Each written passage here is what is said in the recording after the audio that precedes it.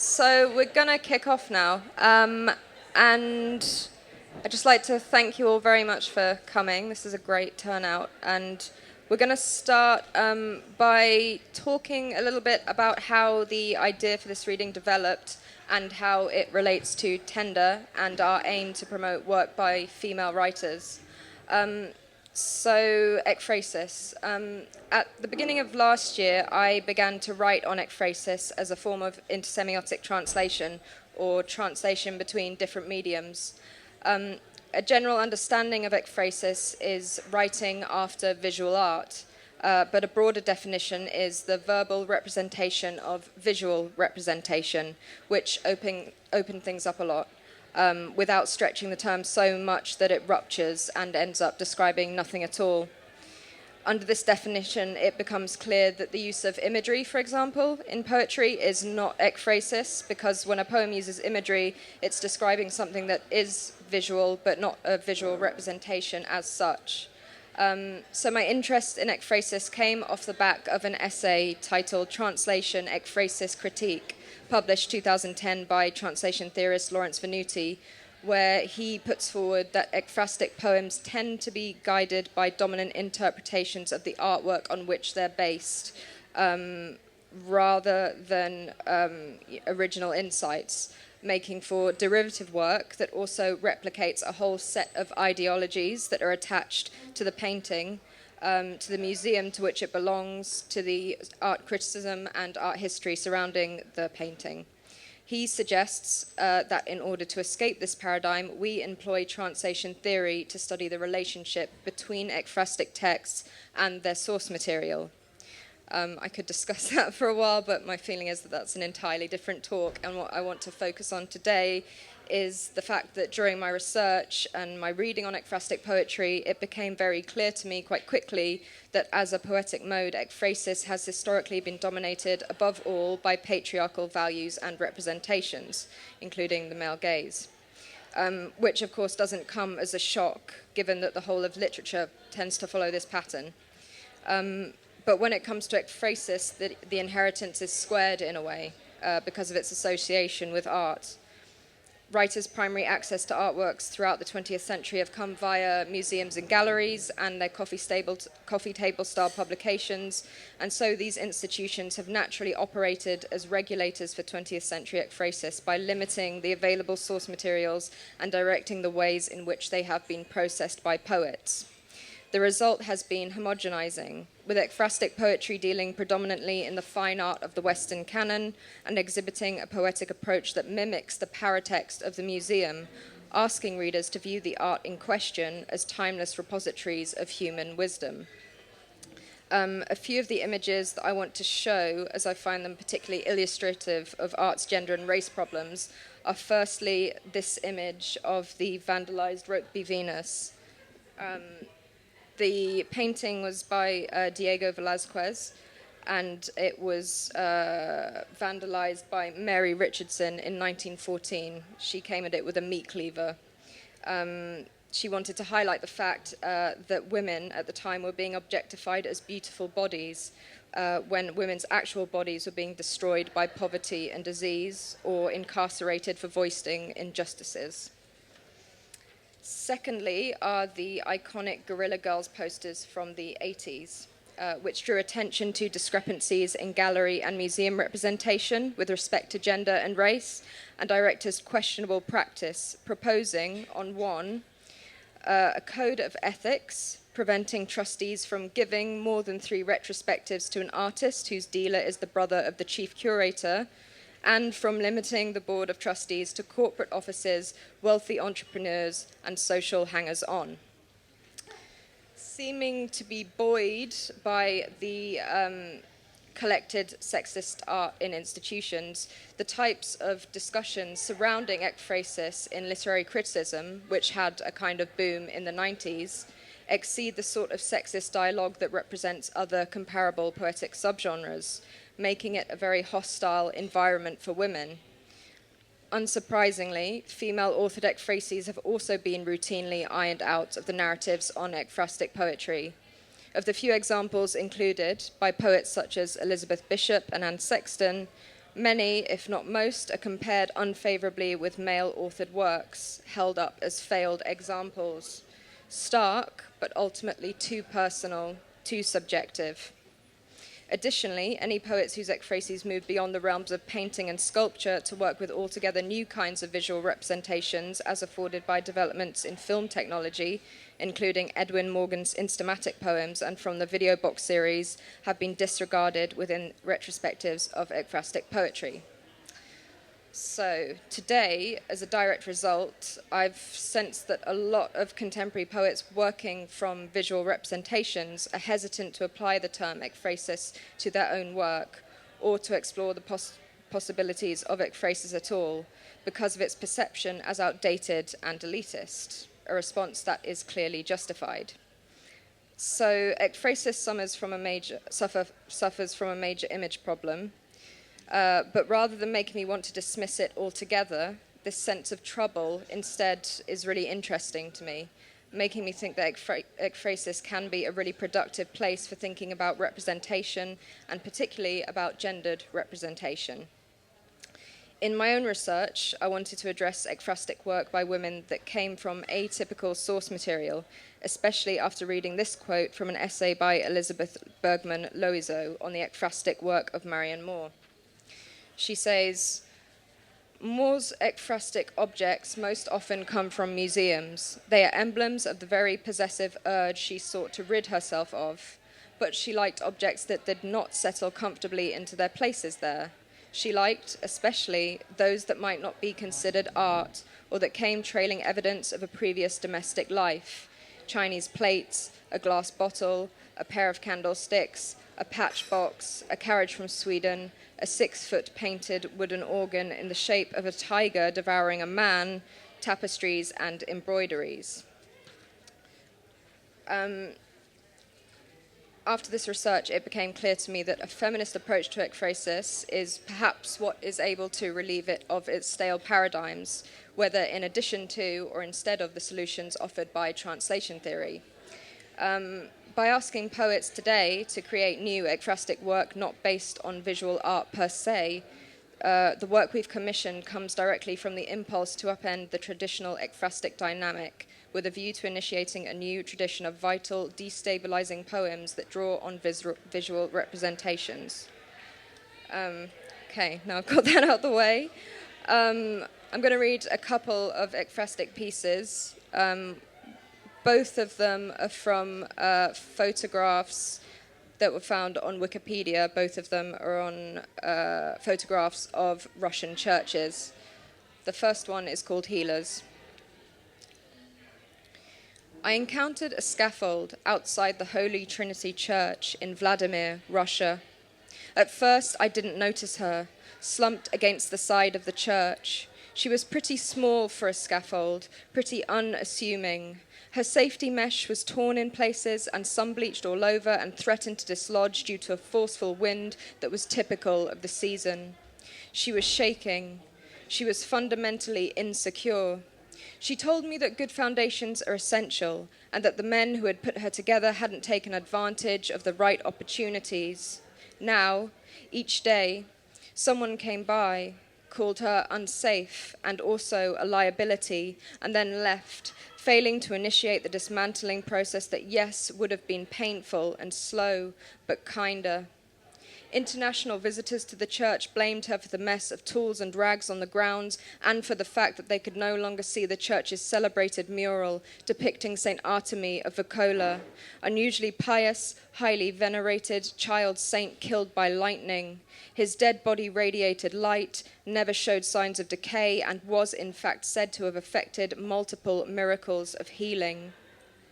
I said comforting things to the scaffold, but she only seemed to lean more heavily against the side of the church. We are rarely independent structures, she said, before she dropped a bolt pin, which released a long section of tube, which released another bolt pin, which released several wooden boards, which scraped another tube and made an unbearable sound. This next piece, actually, I've realized just before reading it, it does mention an actual piece of visual art, and I'm not a Jeff Koons fan, but the poem itself is based on the Wikipedia photo. our mother of perpetual health. The hypophotosynthesized leaves hanging from the top right, much like the thumb in Jeff Koons' 1986 Bacardi advert, resemble a flaccid dick. How ironic, then, the flop of dark greens leaning in towards the wet tip of a Latin cross, hard as a pencil, there and everywhere, notable mainly in this context for the incongruity of the front-facing rose window, almost pagan. Next reader is going to be Rachael Allen. Thank you.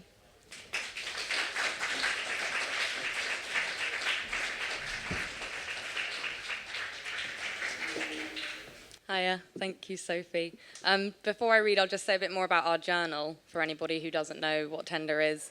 So we're an all-female online journal. We come out 4 times a year. Our next one should be out within the month, and our entire archive of issues is online, so anybody can go and just browse that. After I've read also, I'll introduce the 3 other readers that will read this evening. But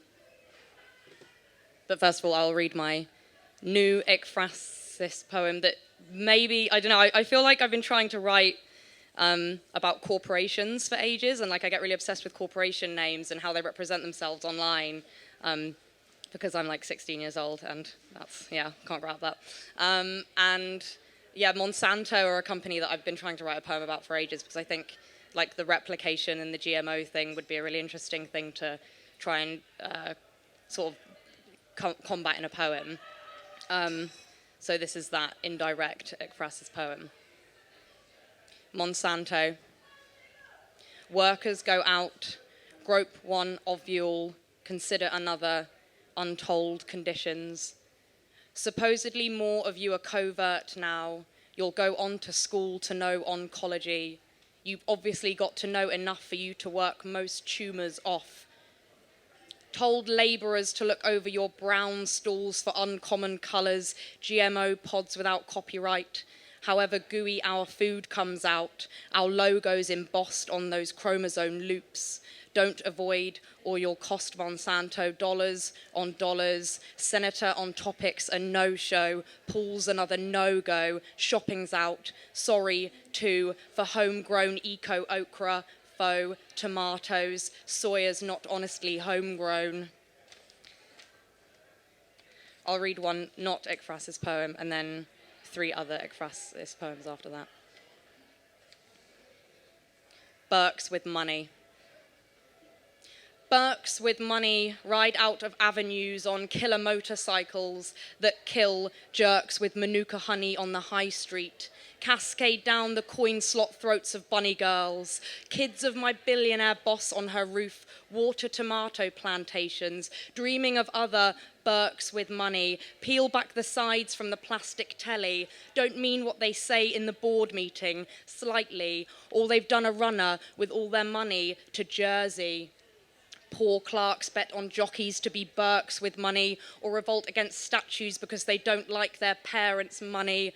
Poor Burks have corporations that have factories funding conspiracy theories. Delegates explain in small print how they deal with the money, Burking the hell out of top lawyers, helping them out of their swimming pools. The blue Burks rise in visors at dusk, a little unsure of the smoky language, topping the cubicles. They rest their babies on, the soon-to-be Burks, who won't fix my roof or my sink. You can't blame them.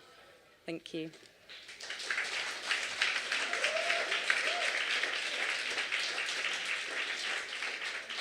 And now I'll introduce our next 2 readers who are really honoured to have read with us tonight. Daisy Lafarge is a writer and maker born in Hastings and due to graduate from the University of Edinburgh in 2006.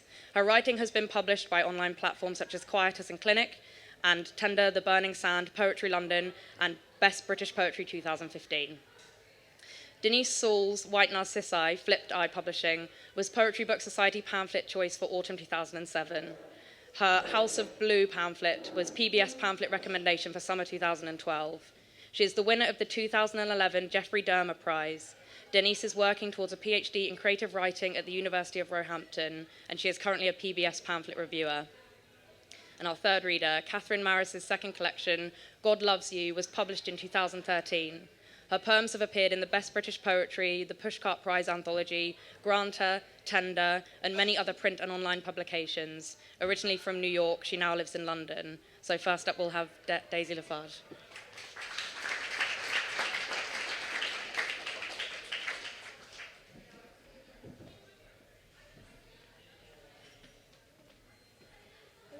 If I stand here, can everyone see the screen? Yes? I'm not in the way, okay. Thank you for having me. This is a great thing to be part of.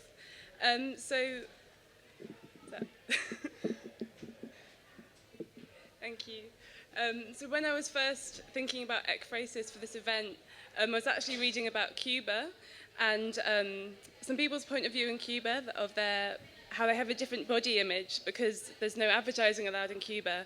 So they don't grow up around the same kind of idealized representations that we have.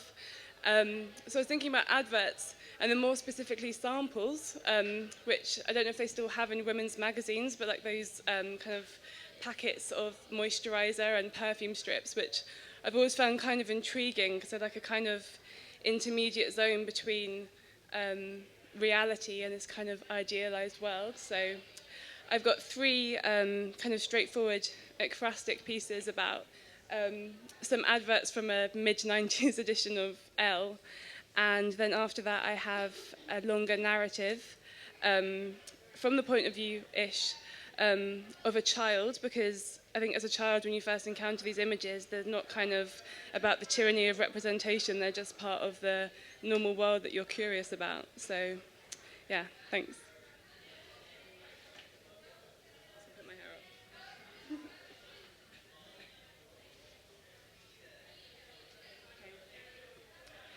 Unleash the power of nature. Lightning dribbles from the sky. There go the dregs of your cereal's milk across the sink, careering towards the plug hole like upended cutlery. The rain chivies it on, mauve over blue, like the way scum on tarmacked roads is ushered into the beveled gutters before disappearing underground. You look up from the page briefly, remembering what someone told you about the burgers of fat growing in the sewers beneath London. Above surface level, there is a monsoon.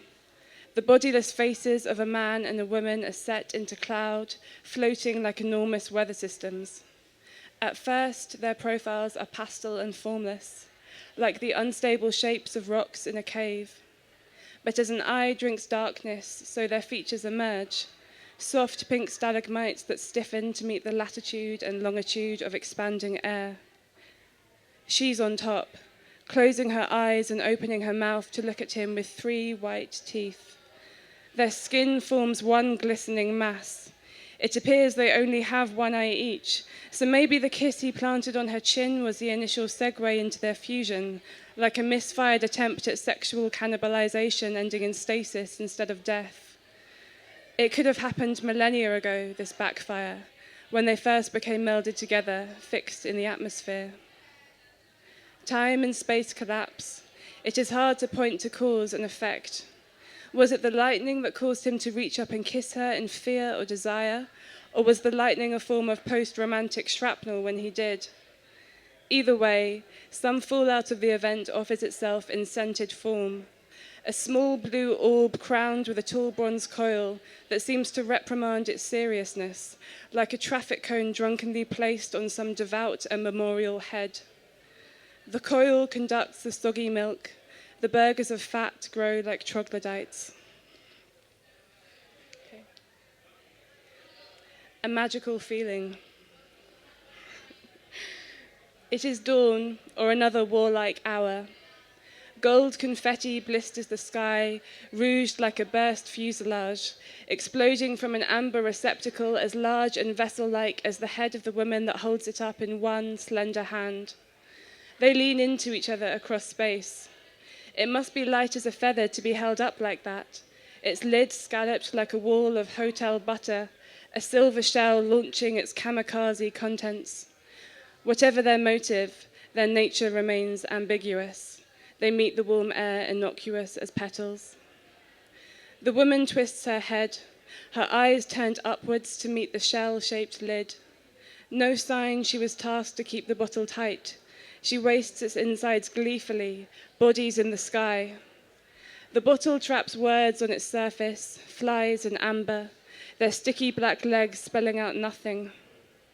Her arms hinge heavenwards, a Minoan snake goddess, and there is something Hyde-like in the way her dress is slicked over her body, a remnant of a skin she hasn't yet shed, smooth and untearable as a snake's underbelly.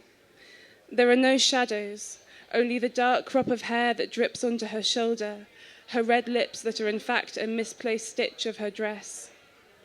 She could be a goddess even, spinning around in self-rapture, giddy with libations, or a dissident votary, drunk on the offerings left at the altar.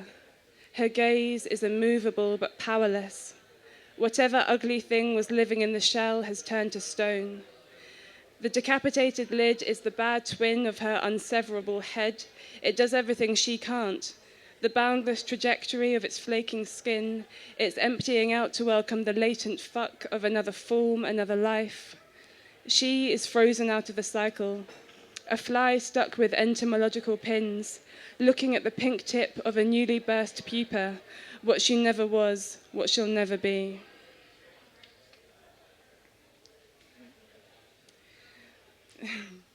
When you are your own boss. A man and a woman dance on brick paving, everything swathed in a waspish palette of black and yellow. Behind them, the open bonnet of his car croaks up to the dark sky.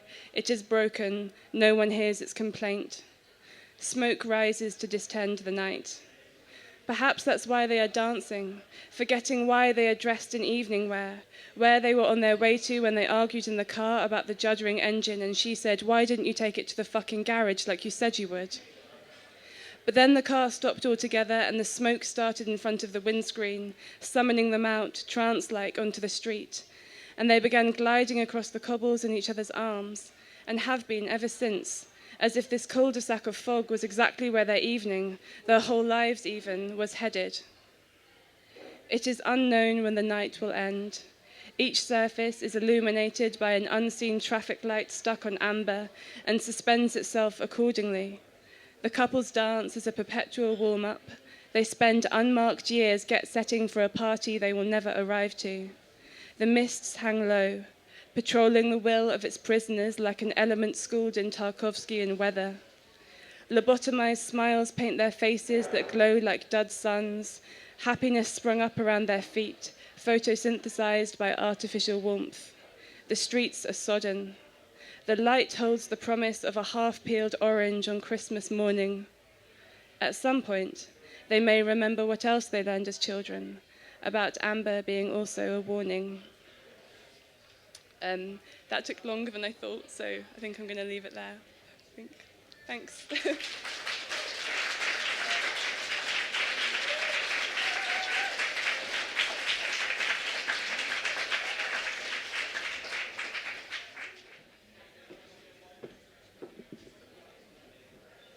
Evening, everyone.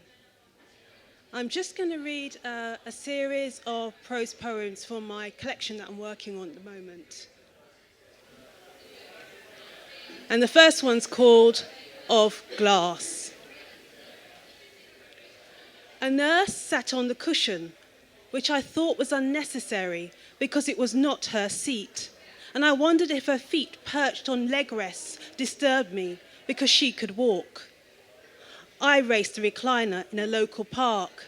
She worked in a clinic, but had never pushed one around London, which saddened me.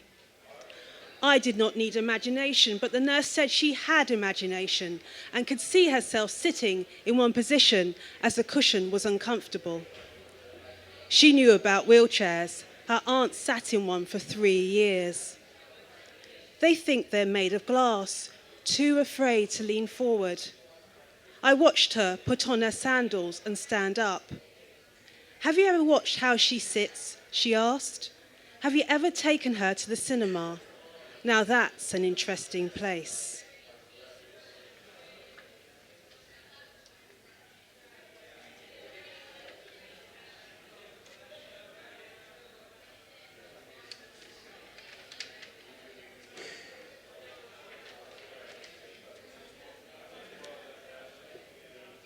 My mother had a speech disability called aphasia, and this next prose poem is based on that.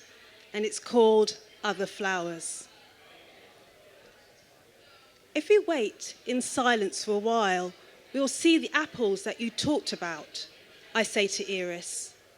She nods. The afternoon does not arrive in the way I hoped. She points at the tree. Yesterday and this morning, she kept on repeating the same word, but I didn't understand why she would mention fruit when the tree was bare. I met Iris at a conversation group last week where she talked about apples. I sit with her on the lawn and watch wood pigeons. I still can't see them, I tell her. I sip a cup of green tea. She talks about persistence, daisies, and other flowers. And the last prose poem is based on an object, which is, last year I cleared through my mother's possessions and I looked through her passports. And this was her very first passport. And my parents originated from Guyana, which was then called British Guiana. And this poem is based on this object.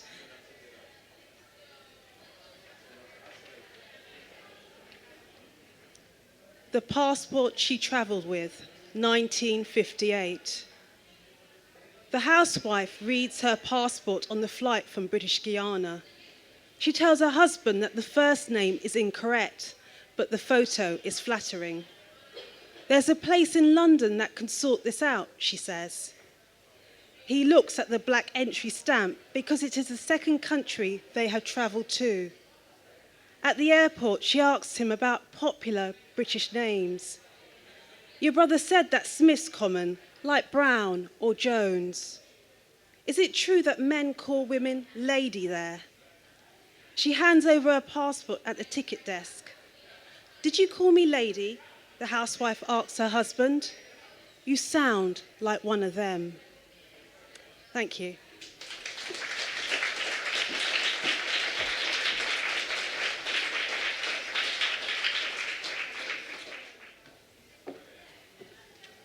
Thank you so much for inviting me, Rachael and Sophie and Juliet. I'm going to start with my object poem. And by the way, I loved everybody else's poems. Thank you for that.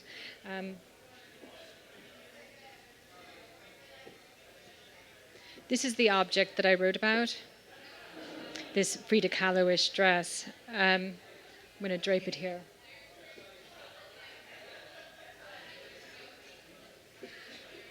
To give them some context, in 1997, I met my friend Suki Kim, who's a novelist and journalist, and who recently wrote a book about teaching in North Korea while posing as a missionary. Suki and I met at an artist colony called Ragdale outside Chicago, and it was July, and it was very hot as New York gets in July. In the news was the murder of fashion designer Gianni Versace. At Ragdale, where it was terribly hot, Suki often used to wear the dress that you see here, a dress she had bought while backpacking in Mexico. I admired it, and so she gave it to me. And over the next years, we shared and gave each other clothing.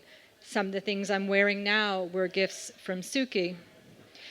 But this dress in particular is like my alter ego. I wore it as a carefree 26-year-old walking to the corner bodega in New York City, and then here in London as a maternity dress. And eventually, as the dress began to show its wear and tear, it became a nightgown or house dress. A few months ago, when visiting my parents, the fire alarm in their apartment building went off in the middle of the night. And while the fire department went tearing through the building, I stood outside next to my daughter and parents, feeling exposed and self-conscious in this tattered nightdress that I used to wear publicly everywhere, and it seemed to symbolize my own aging, which, if I were a man, would probably not be considered aging, but instead my prime. So on the subject of aging, I grew up with this tile in my kitchen. Someone had given it to my mother as a gift. It says, "The woman is like the world. At 20 years, she is like Africa, semi-explored. At 30 years, she is like India, warm, mature, and mysterious. At 40 years, she is like America, technically perfect. At 50 years, she is like Europe, all in ruin. At 60 years, she is like Siberia. Everyone knows where it is, but no one wants to go there. This tile made a home in my unconscious and turned up in my object poem for this commission. The poem also includes brief quotes from Marianne Moore, the Bible, and Freud. I included these quotes in keeping with the tradition of the medieval riddle poem. I'll read it now. It's called Object.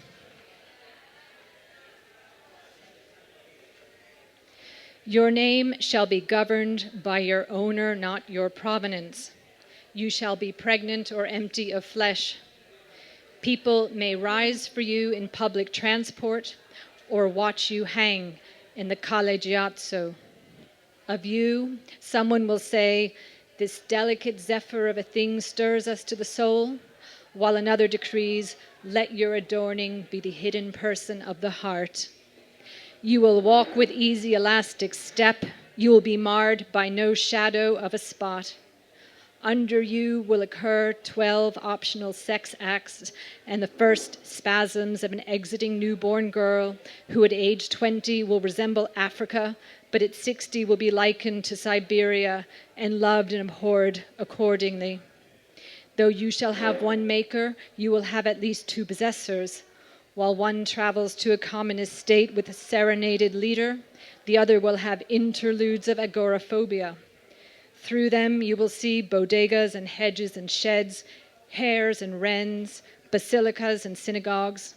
You will know frost, rain, and hurricanes, along with corporate mammals who fake empathy. You will take the shape of your owners, as they of you, as they once took the shape of difficult fathers and then took lovers who are happier, free. O worthless object, love them as they have loved you, the common skin of a female friendship. Love them even as they love or slay or are slain. Love them even as Rome burns and the emperor does nothing but play his inexorable instrument.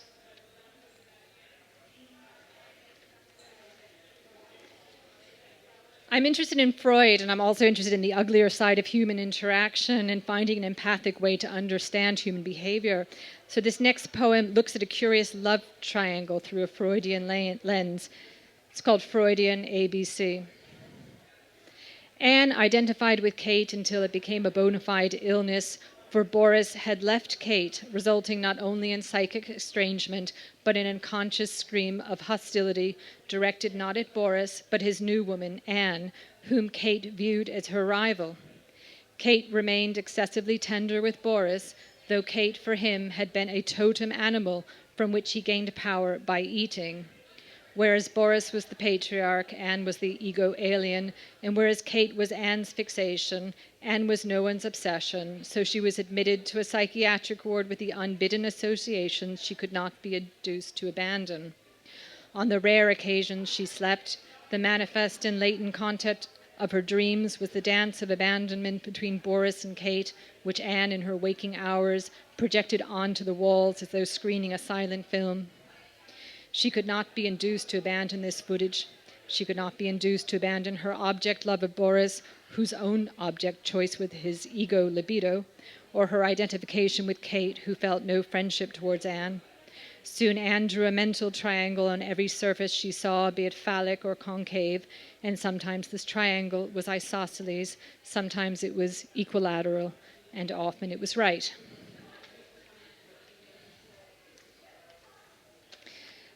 This next poem uses the psychiatrist Artie Lang as a starting point, as well as the German artist George Baselitz. It's a portrait of dysfunctional neighbors and also of the divide between the mind and body. It's called The House with Only an Attic and Basement. The woman in the attic did not have visitors. The man in the basement gave parties that were popular. The woman in the attic had mononucleosis.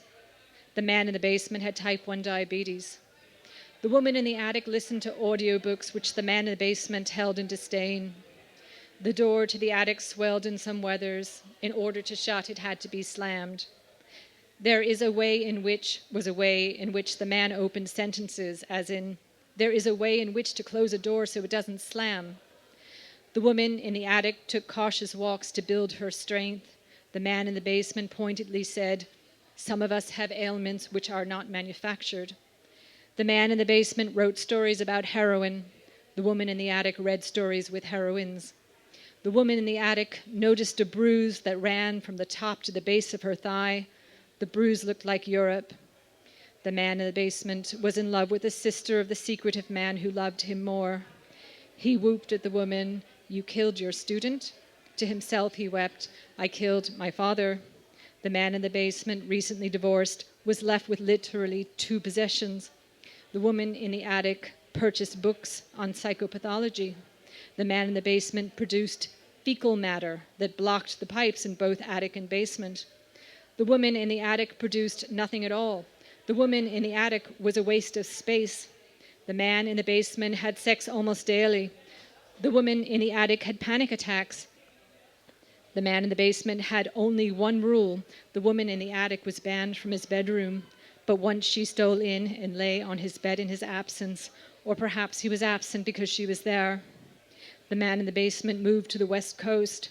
The woman in the attic crossed the Atlantic, whereas the house with the attic and basement saw states of fumigation, exorcism, detoxification, and rehabilitation.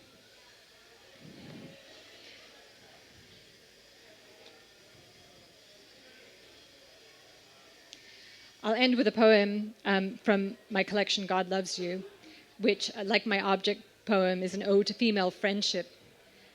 Thank you, everybody, for attending and for listening. Thank you for having me. Will you be my friend, Kate Moss?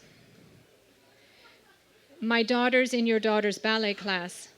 I sat beside you at the Christmas show. I really loved the outfit you had on. 3 years ago, I tried to emulate your look in Grazia.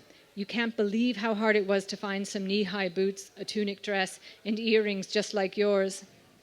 The icon of my generation, Kate, you were the waif. That's what we aimed to be. And yet it's so unfair you got the blame for all that teenage anorexia. We'd never look like you no matter what. I saw that when you walked into the class. Your daughter was ecstatic, by the way. Your terrifying cheekbones mocking mine. The line, alas, poor Yorick, struck me then. Your head could easily be on Hamlet's palm. And speaking of, I heard your friend Jude Law is in New York reprising Hamlet at the Broadhurst Theater on 44th. I miss New York. I wish that we could go. I have this friend Noir I'm sure you'd love. She's smarter than the 2 of us combined and stunning too, and has 2 little girls. At Yaddo, where we met, she'd quote Foucault and Nietzsche on the buffet line. She held my hand one creepy night when we got lost around the lake beside her studio. I really miss Noir and Suki too, whose sense of style is on a par with yours. Let's all go out one night. I'll do my best to stick with you despite the fact that I'm a hypochondriac and petrified of Class A drugs. We have so many things in common, like you're pretty much my age. We share initials. The circumference of our thighs is basically the same, I checked. I also saw you surreptitiously admire my silver space-age dress. You did. Now that my daughter's been moved up a grade, will this be adios amigo, Kate? She's not disconsolate about the change, but then she's at the age where all you say is, will you be my friend? Remember that? Thank you.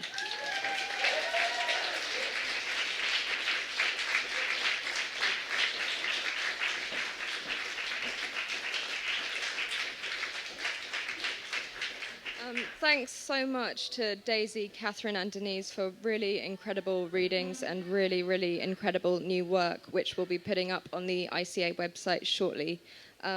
Please, everyone, stay for a drink.